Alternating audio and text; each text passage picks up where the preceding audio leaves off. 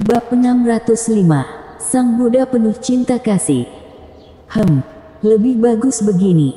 Harli Ye terus mengitari Long Yi. Kamu seharusnya berterima kasih padaku. Sebelumnya kamu hitam seperti belut. Lihat betapa bagusnya sekarang, kamu bersinar. Bagus. Long Yi meraung dan melompat, tubuh naga berputar-putar. Segera, jiwa tubuh naganya yang besar menyusut dengan cepat dan berubah menjadi wujud manusia. Matanya berbentuk mata, hidungnya berbentuk hidung. Satu-satunya kekurangannya adalah kondisi tubuh jiwa spiritualnya yang terlihat aneh. Yang ini saja. Long Yi melirik seluruh istana bawah tanah. Tatapannya tertuju pada Herman Lu, dan kemudian dia melompat masuk. Segera, Herman Lu menjerit. Seluruh jiwanya ditelan oleh Long Yi, dan Long Yi secara sadar mengambil alih tubuh Herman Lu. Bisa begini juga. Di samping, Harli Ye melotot lebar-lebar. Wow! Segera, Long Yi menggosok bahunya, memutar lehernya, dan duduk, dan ada suara tulang berbunyi di tubuhnya. Lumayan. Long Yi melompat di panggung batu, lalu meregangkan tubuhnya. Kemudian tidak lupa untuk berputar di tempat, mengeluarkan sebuah cermin kecil dan membelai rambutnya dengan narsis. Kakek naga, mantra Mahavairocana memurnikan dunia semantap ini. Ketika melihat Long Yi, Harli Ye menggerakkan sudut mulutnya, benar-benar melenyapkan niat membunuh dan pikiran bencinya, bahkan kepribadian dan pikirannya juga terhapus banyak. Sekarang orang ini, bagaimanapun melihatnya dia seperti orang bodoh, mana ada penampilan seperti naga kuno mistik sebelumnya. Jadi, mantra memurnikan dunia atau bisa disebut mantra memusnahkan dunia juga, naga kuno mistik berkata dengan santai, metode rahasia penentang langit ini, ketika melenyapkan niat membunuh dan pikiran buruk, pada saat yang sama juga menghapus kepribadian dan pikiran, dapat sepenuhnya mengembalikan seseorang ke wujud aslinya. Hebat, benar-benar hebat, Harli Ye berseru, Sang Buddha yang kamu katakan benar-benar orang yang menembus langit dan bumi. Bagaimana, keren tidak? Di sini, Long Yi sudah melepas jubah bernoda darah dan diganti dengan jubah putih bersih. Energi kotor di tubuhnya telah dilenyapkan sepenuhnya. Dia menghempaskan rambutnya dan melihat ke Harli Ye, sikapnya benar-benar sombong. Keren sih keren. Harli Ye memegang dagunya, entah mengapa, ketika melihat wajah Herman Lu, dia memiliki keinginan untuk menamparnya 2 kali. Hei, seberapa banyak ingatan sebelumnya yang kamu ingat? Harli Ye menatap Long Yi dengan penasaran. Ingat semua. Long Yi menjawab dengan santai sambil menggantung beberapa aksesoris di tubuhnya. Apakah kamu sama sekali tidak punya keinginan untuk membunuh? Harli Ye bertanya dengan mengetes. Misalnya, membunuh kultivator manusia. Tak ada angin tak ada hujan, kenapa aku mau membunuh? Long Yi menuangkan isi tas penyimpanan Herman Lu dan mencari benda berharga. Aku orang baik. Bukan, karena kamu mengingat masa lalu, apa kamu sama sekali tidak membenci kultivator manusia? Terus balas dendam tidak ada habisnya, Sang Buddha penuh cinta kasih. Ketika mendengar ini, Harli Ye menggerakkan sudut mulutnya. Setelah sialan ini dimurnikan, teorinya banyak sekali. Apakah mantra Mahavairocana memurnikan dunia membuatmu menjadi idiot? Harli Ye memiliki perasaan bahwa ketika membawa orang ini pergi ke Sekte Zeng Yang dan Sekte Qing Yun untuk membalas dendam, tepat ketika akan mulai bertarung, jika orang ini mengatakan Sang Buddha penuh cinta kasih, apakah itu akan membuat kedua pihak tertawa ngakak? Ketika memikirkan ini, Harli Ye tidak tahan untuk berjongkok dan menusuk Long Yi dengan jarinya. Aku bawa kamu untuk bertarung. Aku orang baik, tidak bertarung. Sial. Harli Ye menendang Long Yi. Aku capek-capek mengeluarkanmu untuk menyuruhmu membantuku, tapi kamu mengatakan hal-hal yang tidak berguna. Sang Buddha penuh cinta kasih. Yang membuat Harli Ye hampir muntah darah adalah Long Yi benar-benar bersikap anjali dengan ekspresi saleh. Penuh cinta kasih ya. Harley Ye kesal dan langsung memanggil tubuh inkarnasi api spiritual dan tubuh inkarnasi petir surgawi. Pukul dia, pukul sampai mati, tidak perlu memikirkanku. Ketika mendengar perintah, tubuh inkarnasi api spiritual dan tubuh inkarnasi petir surgawi langsung menarik lengan baju mereka, menggosokkan tangan mereka, dan mengepungnya. Meskipun mereka berdua tidak bisa berbicara, tetapi mereka menatap Long Yi sambil tersenyum. Senyumnya sangat menakutkan. Ketika melihat ini, Long Yi sangat tenang dan langsung duduk bersila di tanah. Sang Buddha penuh cinta kasih, aku tidak masuk neraka, siapa yang akan masuk? Pak. Sebelum orang itu selesai berbicara, tubuh inkarnasi api spiritual menamparnya dan wajahnya miring di tempat. Tuan, kita bisa bicarakan baik-baik. Aku, Pak. Bentuk adalah ketiadaan, ketiadaan adalah Pak. Sial. Long Yi tidak mau melakukannya lagi, dia melompat dan menggulung lengannya. Bang, duar, teng, jeng. Segera, terdengar suara seperti itu dari dalam istana bawah tanah. Sungguh pemandangan yang indah, ketika melihat Long Yi memegang tongkat gigi serigala dan mengejar tubuh inkarnasi api spiritual dan tubuh inkarnasi petir surgawi di istana bawah tanah. Harley Ye memegang dagunya dan berkata dengan sungguh-sungguh, secara visual, orang ini benar-benar brengsek. Entah sejak kapan, suara di istana bawah tanah berhenti. Tubuh inkarnasi petir surgawi dan tubuh inkarnasi api spiritual dipukul hingga kembali ke wujud aslinya dan masuk ke dalam lautan diafragma Harley Ye. Sang Buddha penuh cinta kasih. Di sini, wajah Long Yi bengkak, tetapi dia masih bersikap anjali dan mengatakan itu. Sialan ini berpura-pura dengan baik. Harley Ye berkata dengan sungguh-sungguh. Segera, segel istana bawah tanah dipecahkan secara paksa. Qilian Zong dan yang lainnya bergegas masuk, sepertinya mereka mendengar suara barusan. Ketika melihat Long Yi, semua orang tertegun dan melihat ke Harley Ye. Kenapa kamu tidak membunuhnya? Sang Buddha penuh cinta kasih. Harley Ye meniru Long Yi mengatakan 5 kata ini. Tidak benar. Qilian Zong sepertinya menyadari sesuatu. Dia memegang dagunya dan menatap Long Yi. Tubuhnya milik Herman Lu, tetapi jiwanya sepertinya bukan Herman Lu. Itu jiwa naga kuno mistik. Harley Ye mengorek telinganya. Aku mengeluarkannya, lalu menggunakan mantra memurnikan dunia padanya.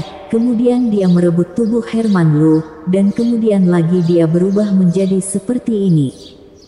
Bisa begitu juga. Ekspresi semua orang berubah menjadi sedikit aneh. Sang Buddha penuh cinta kasih, bagus-bagus. Long Yi memasang ekspresi serius di wajahnya, terlihat sangat konyol. Ayo tarik dia keluar dan pukul dia. Ketika melihat Long Yi seperti itu, Jeremy menatap si jubah hitam dan Li Kozong. Boleh. Mereka bertiga mengangguk, langsung menggulung lengan baju, dan menyerang. Salah satu dari mereka memegang pisau kecil untuk mencukur rambut. Ngapain? Apa yang kalian lakukan? Ketika melihat mereka bertiga menyerang, Long Yi panik dan terus mundur. Ketika berbalik, orang ini berbalik dan kabur. Mau kemana? Li Kozong dan yang lainnya mengejar. Kenapa rasanya aneh? Ketika melihat Li Kozong dan yang lainnya mengejar, Lu Shichu menggaruk kepalanya. Memang sedikit aneh, tetapi orang itu tidak lemah. Harley Ye tersenyum, dia mengalahkan 2 tubuh inkarnasiku sendirian. Kekuatan tempurnya ini tidak berbeda jauh dengan kalian. Yang paling penting adalah aku suka bajingan seperti itu. Seleramu ini cukup unik. Semua orang menatap Harley Ye dengan sungguh-sungguh. Guru, kakak. Ketika mereka sedang berbicara, Rani Si dan Winston Hu bergegas ke arahnya. Mata besarnya merah dan berkaca-kaca. Satu sisi satu, langsung melompat ke pelukan Harley Ye dan menangis kejer. Aku masih hidup, kalian juga masih hidup. Ini adalah berkah Tuhan. Harley memegang kepala mereka berdua sambil tersenyum. Ini memang berkah Tuhan. Di samping, Karafli tersenyum dan ekspresinya terharu. Dia berbeda dengan sebelumnya. Setelah beberapa bulan tidak melihatnya, dia banyak berubah dan ada banyak janggut di sekitar mulutnya. Bersama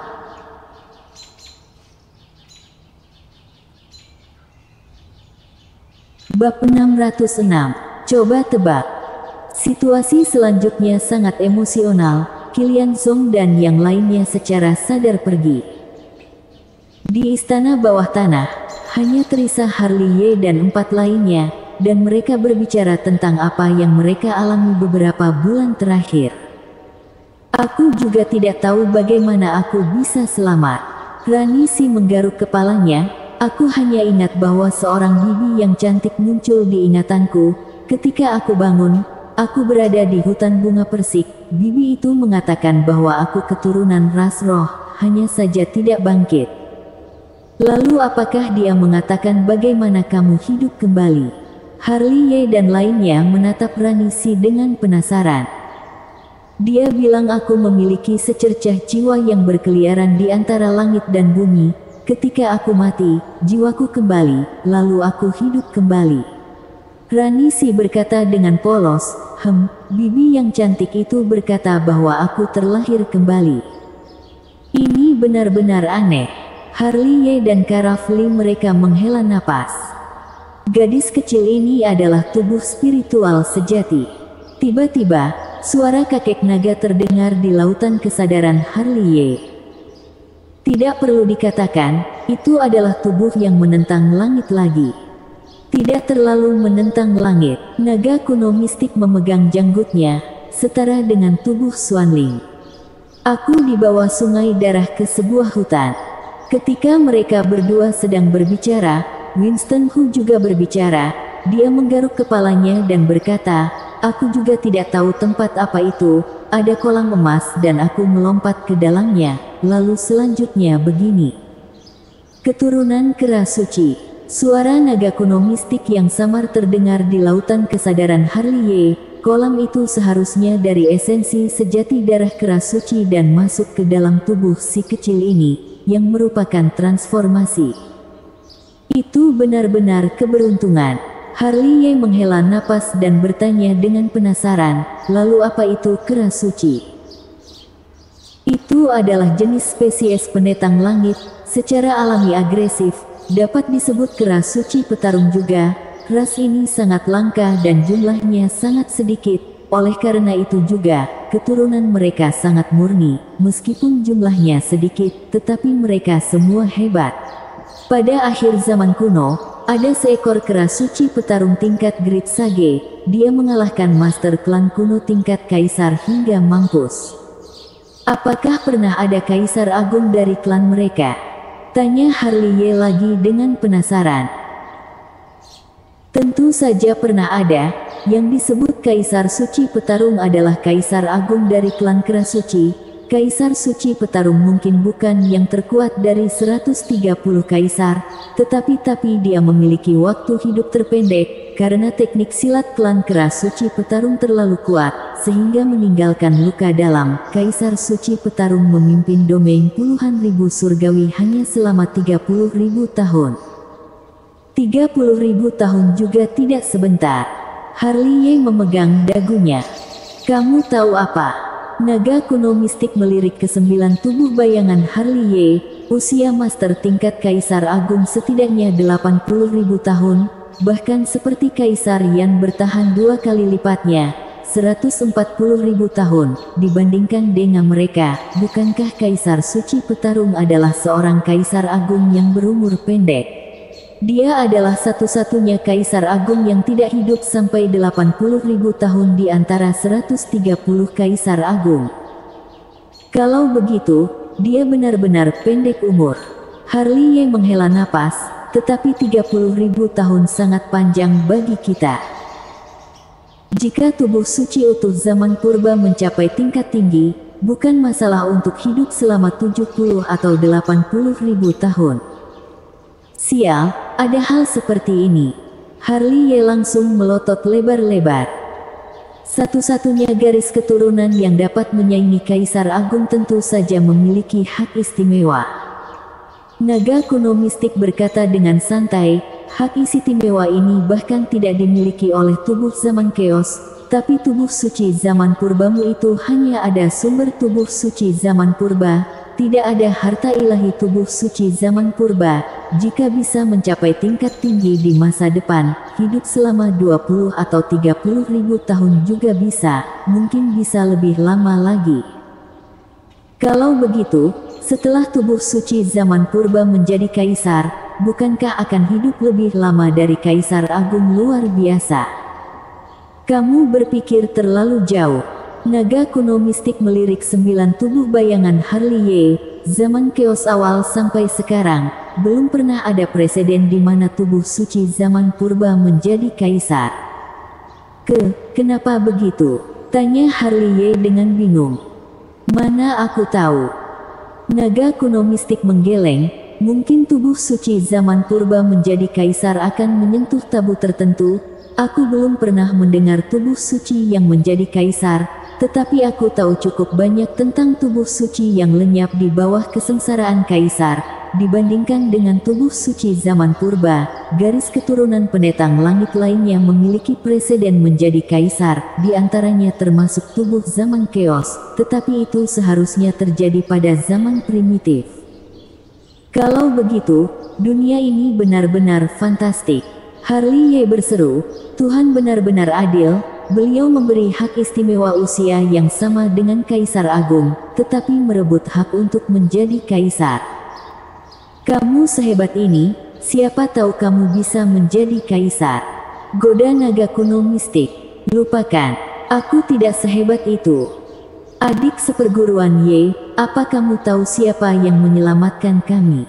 Ketika keduanya berbicara, Karafli yang meminum bir menatap Harley Ye sambil tersenyum. Coba tebak, kamu pasti tidak bisa menebaknya. Ketika mendengar ini, Harley Ye mengangkat alisnya. Saat ini bahkan Winston Hu dan Rani Su juga melihat ke Joy Nanggong dan Karafli yang ekspresinya misterius. Kalau begitu aku harus menebaknya. Harley Ye tersenyum dan memegang dagunya. Beberapa detik kemudian, dia melihat ke Karafli dan Joy Nanggong, anggota keluarga bangsawan Sangguan. Bukan. Karafki menggeleng. Keluarga bangsawan situ. Bukan. Keluarga Siong. Bukan. Jangan-jangan Tuan Sugesi tua itu. Harley Ye menatap Karafli dan Joy Nanggong dengan mengetes. Nih, akan kuberi sedikit petunjuk. Joy Nanggong tersenyum, ada hubungannya denganmu, wanita, sangat cantik dan sangat hebat. Ada hubungannya denganku. Harley Ye mulai memegang dagunya lagi, wanita, sangat cantik dan sangat hebat. Desi, orang pertama yang muncul di benak Harley Ye adalah orang ini, tetapi langsung disangkal olehnya. Dia seharusnya berada di Beicu waktu itu, waktunya tidak cocok. Yona Sangguan. Orang ini muncul di benak Harley Ye, tetapi langsung disangkal lagi olehnya. Dia memang cantik, tetapi tidak sehebat itu. Jangan-jangan Anira Suan. Harley Ye memutar matanya, tetapi dia langsung menggeleng. Dia sangat cantik dan bisa teknik pembuatan pil juga, tetapi kekuatannya tidak sehebat itu. Adik seperguruan Ye, sulitkah untuk menebaknya? Ketika melihat Harley Ye seperti itu, Karafli tidak tahan untuk tersenyum. Ini cukup sulit untuk menebaknya. Tunggu. Di tengah kata-katanya, Harley Ye seperti terpikirkan sesuatu dan menatap Karafli dan Joy Nanggong dengan ekspresi mengetes. Nancy Ji. Karafli dan Joy Nanggong tidak berbicara dan hanya mengangguk sambil tersenyum. Ini, apa-apaan ini? Harley Ye menggaruk kepalanya dengan keras. Jika bukan karena Karafli dan Joy Nanggong mengangguk, dia mungkin selamanya tidak akan percaya orang yang menyelamatkan mereka adalah Nancy Ji. Awalnya kami tidak tahu. Joy Nanggong tersenyum, kami pikir orang yang menyelamatkan kami adalah seorang pria. Sekilas terlihat seperti pria, tetapi kemudian dia menggunakan metode rahasia teknik duplikasi. Kami baru mengenalinya, ternyata dia adalah Nancy Ji yang menyamar sebagai seorang pria. Mengejutkan kan? Kara Fli menatap Harley Ye sambil tersenyum. Mengejutkan, bukan kejutan biasa. Harley Ye menghela napas, sepertinya aku harus menilai ulang dia. Terakhir kali melihatnya, aku hampir membunuhnya, tetapi dalam sekejap, dia menghilang. Kamu pernah bertemu dengannya? Kara Fli dan Joy Nanggong melihat ke Harley Ye. Apakah kalian tidak pernah mendengar tentang apa yang terjadi di Goa Dewa? Harley Ye menyeringai, aku, dia, dan tubuh Taiyin Zunuhuo bertengkar hebat, tetapi itu di Beichu. Selain itu aku bertemu sekali dengannya di aula cabang ke-7 kemarin, dan kemarin aku hampir menyerangnya.